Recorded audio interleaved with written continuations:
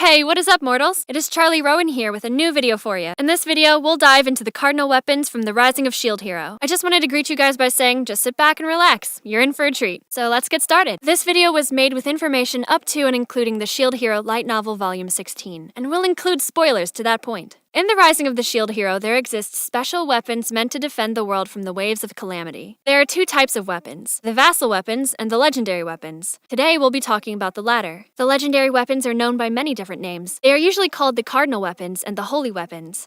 The second name is mainly due to religion sprouting around the weapon and its users. Little is known about the origins of these magical items, but we do know that their purpose is to fight against the waves of calamity. We also know that originally, every world had one cardinal weapon, but as the worlds fused together, they combined until we have the worlds with 4 weapons each. This is explained throughout the story of S.H.I.E.L.D. hero, throughout the different legends that exist in different parts of the world. The 4 weapons in the world Naofumi was summoned to are the sword, the bow, the spear, and the shield. But we know that the weapons in Glass's world are different, these being the hunting tool, the blunt tool, the card, and the jewel. We also know that other weapons such as the armor and the ring exist, but we don't have much information about many of these. In this video, we're going to focus on the weapons in Raphtalia's world, since those are the ones that we have the most information on. The 4 holy weapons all have a gem in the center of it. It presumably acts as the matrix of the weapon, granting it its extraordinary abilities. This gem states no matter the form the weapon takes. The legendary weapons grant the user many different abilities and restrictions, which we'll get into in a moment. One of these abilities is translation. All the legendary and even vassal weapons have a universal translator as part of their features, allowing the users to understand any form of verbal communication from a higher intellect. Sadly, it can't translate anything written, which does present some challenges to the heroes throughout their travels. All legendary weapons also grant their users the ability to not have to go through the class-up ceremony, also known as the job selection. This means that they don't have a level cap.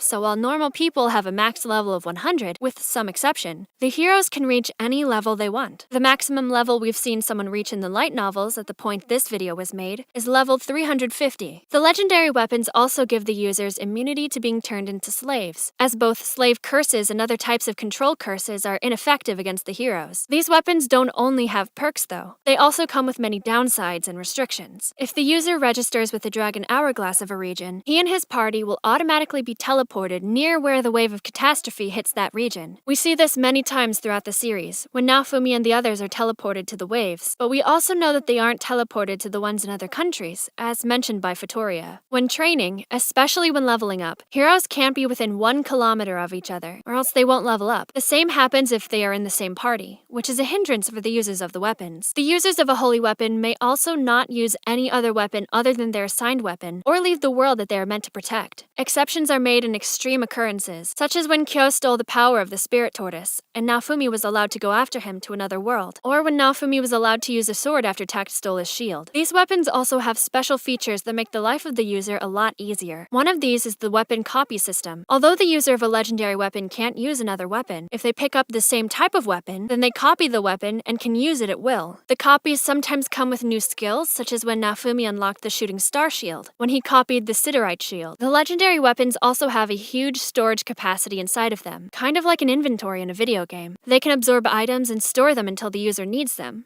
They can even be used to auto-craft other stuff using these items. There's also a drop function, which allows the user of a weapon to absorb the body of a slain monster and get special items from it. The legendary weapons also have the semi-unique ability to change shape into different weapons, depending on those they have unlocked. All weapons in the same world have similar skills that tend to work the same, such as the portal skills, the shooting star skills, and the airstrike skills, to name some examples. There are 2 ways to unlock new weapons. One is by feeding the weapons gems materials, such as leaves, potions, or any other type of material. The other is the aforementioned weapon copy system. The legendary weapons also have another interesting feature that they all share. When the user feels despair equal to the destruction of one's hearth, then he unlocks the Curse series. This is a series with incredible power attacks, but they come at a very heavy price. There are 7 curses, each based on a different one of the 7 deadly sins: gluttony, lust, pride, wrath, sloth, envy, and greed. Throughout the S.H.I.E.L.D. hero light novels, we see Motoyasu unlock the Lust and Envy spear, Ren unlock the Greed, Gluttony, and Wrath series, Itsuki unlock the Pride series, and Naofumi unlock the Wrath series. There's another shield called the 7 Deadly Sins shield, which Naofumi unlocks in the web novel. That one does not exist in the light novel's continuity. The Curse series affects the personality of the user, installing a fake one that is more agreeable with the curse. Motoyasu became consumed by lust for Philo, Overwhelmingly so, and Itsuki became very dull and lifeless, obeying everything anyone would tell him. However, if the cursed person manages to overcome the curse, they'll unlock the Blessed series. Up until Volume 16, we've only seen it be unlocked by force, when Naofumi fed Atla's body into the shield to unlock the Shield of Compassion. All these special weapons have ways to make them stronger. Unlike the vassal weapons, however, which only have one power-up method, the legendary weapons have 4 different methods. These methods can be shared between the users of the weapons from the same world. However, the user must believe that the method shared with them exists. No matter how much they believe, they can't imagine a new power-up method into existence. The Holy Spear's core method is weapon mastery, meaning that the more you use one of the weapon's forms, the stronger that form will become. The second power-up method of the spear is smelting. The user can use ore to upgrade a weapon's form, thus increasing its stats. This method has no upper cap, but the more you smelt your weapon, the higher the chances of the smelting failing become. If the smelting fails, the weapon's smelting level, for lack of a better term, will return to 0. The other 2 methods are Spirit Enchantment and Status Enhancement. Spirit Enchantment allows the user to collect monsters' souls with the drop item function. He can then use these souls to imbue a weapon with special powers. Naofumi used this method to lessen the damage taken by Eusapiels by 10%. Status Enhancement uses items or the same pieces of monster souls to imbue it to a weapon with a status boost. The status boost you get is apparently random, but you can try again until getting the desired one. The legendary bow's core power-up method is Rarity Strength. This means that the higher the rarity the weapon has, the stronger it is. For example, a shield made with metal will be less rare than the same shield made with magic iron, so the magic iron shield will be stronger. The other methods are Ore Enhancement, Item Enchantment, and bonus stat levels/job levels. Each form of the weapon has a determined amount of slots. You can insert different ores into the slots to boost different stats. This is how Ore Enhancement works. Item Enchantment works similar to Spirit Enchantment, but still a bit different. The user can convert items and monster drops into energy. This energy is then used to enchant one of the weapon's forms. The enchantment can be upgraded, however, there's a growing chance that the upgrade will fail. So like with the smelting method, if the upgrade fails, the enchantment level will go back to 0. The bonus stat levels, or job levels, allow the user to increase a given status, using the same energy as before. You can use this to increase the defense stat or the attack stat. However, once you upgrade, you have to wait a certain amount of time before upgrading again, and the next time you'll need more energy. The exact effects of this method are a bit uncertain at this point, but people have theorized the way it affects the stats of the user. The core power-up method of the sword is Level Link. This means that as the hero levels up, so do all their weapon forms with them. The other methods are Mastery, Level, Energy Transfer, and Rarity Up. These are very intertwined with one another. The mastery level means that the more you use a weapon's form, the stronger that form becomes until it is fully mastered. The energy transfer works in tandem with the mastery level. You can reset the mastery level of any given weapon's form to obtain energy. Yes, the same energy as the bow uses for some of its power-up methods. The user is then free to use this energy whenever they want on another weapon form to awaken it. This will unlock new abilities and increase the weapon's stats. The same energy is also used for the Rarity Up process. The energy can be applied to the rarity of the weapon, raising it from one rarity to the next in the list. In increasing order, the rarities are C, common, UC, uncommon, R, rare, SR, super rare, SR plus, super rare plus, LR, legendary rarity, and AF. We don't know how much each rarity increases the stats.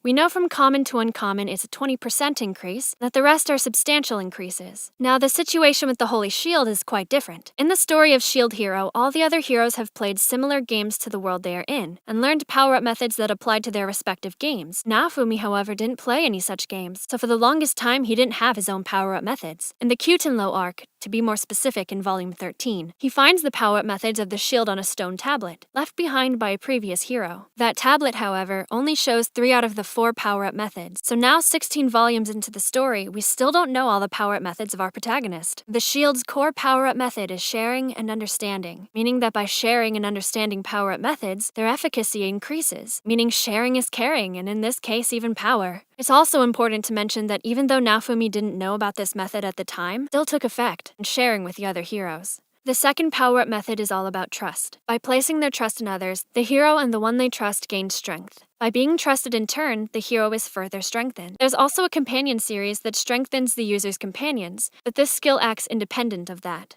Again, even though Naofumi didn't know about this method, it is my belief that he still managed to use it. To name an example, the battle with the Pope, where the other heroes were surprised that he was keeping up, even though he was underleveled. The last known power-up of the shield is Energy Boost. This method allows the user to boost the efficacy of skills and magic with ki. Other things, such as physical attributes or cooking, can be enhanced too. Naofumi used ki to enhance his already delicious cooking. There are other power-up methods that the holy weapons can use, but these belong to the vassal weapons, and will be explored in another video. You may also be wondering how the cardinal weapons select their users. Each weapon has its own spirit that gives it power. These spirits have an immense power and a duty to protect their world. To do this, they will choose a hero to fight for them using their weapon. They can't really interact with their user except under extreme circumstances, like when Naofumi was at the brink of death in Volume 16. These spirits also allow for exceptions to the rules sometimes, but only under extreme circumstances. Unlike the vassal weapons, the cardinal weapons will always summon a hero from another world, one without the same magic systems. The weapon spirits won't just pick people at random though. Each one has something it looks for in its user. The sword looks for someone who wants to become stronger and improve themselves. The spear looks for someone who trusts in their companions, someone who is capable of immense trust. The bow looks for someone who seeks out justice. The shield looks for someone who wishes to protect and inspire others to do the same. To summon a user, they will either take advantage of his death in his own world, or present themselves in a medium that the user will prefer. For Naofumi, they appeared as a light novel, and in the short What If where he didn't read the book, the spirits adapted trying to become a text file. Fun fact about this, the spirits don't always manage to get their first pick, although the shield spirit consistently does, making the others jealous. Naofumi was the shield's first pick, whereas the others were the third pick of their weapons. Thank you all for indulging yourselves in all this information thus far. I hope you enjoyed it. Now there's a few more things that I'd like to go over before the video ends. Firstly, if you're in the mood for some great storytelling, We the Celestials has got you covered. Our We the Celestials My Hero Academia and Naruto What If channels retell the story of their namesake anime with a twist. Check it out if you're interested. Secondly, on behalf of We the Celestials, I'd like to thank everyone involved in the production of today's awesome content. Their details can be found in the description below. Lastly, if you're interested in what we do here at We the Celestials, then I'd like to extend you an invitation to join the team. The only caveat being that we only accept members from 16 years and up to join our crew. You can sign up for whichever category fulfills your interests by joining the recruitment Discord using the link in the description below. We're always looking for members to join us. Well, that's it from us for today's video. So thank you all for watching, and have a great day!